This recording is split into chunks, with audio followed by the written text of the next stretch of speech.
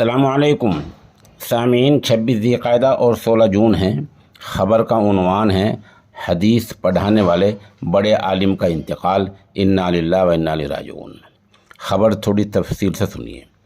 دارالعلوم وقف دیوبند کے استاد حضرت مولانا محمد اسلام رحمۃ اللہ علیہ کا آج صبح تقریباً 8 بجے 69 برس کی عمر میں انتقال ہو گیا ہے۔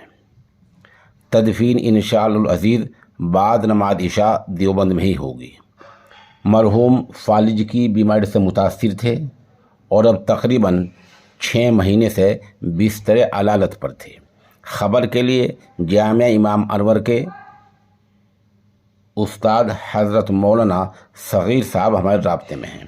وہ بتا رہے ہیں کہ مرحوم وقف کے قیام سے پہلے دارالعلوم دیوبند میں بھی استاد تھے۔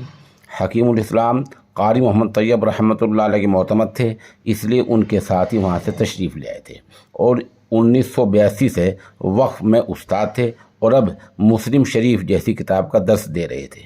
مرحوم الداعی کے بھی مدیر رہے ہیں۔ وہ عربی اور اردو دونوں ہی زبانوں میں یکساں مہارت رکھتے تھے۔ مرحوم کئی کتابوں کے مصنف ہیں۔ ان کے 2 بیٹے ہیں۔ ایک بیٹا مولانا بدر الاسلام قاسمی جامعہ امام انور میں استاد ہیں۔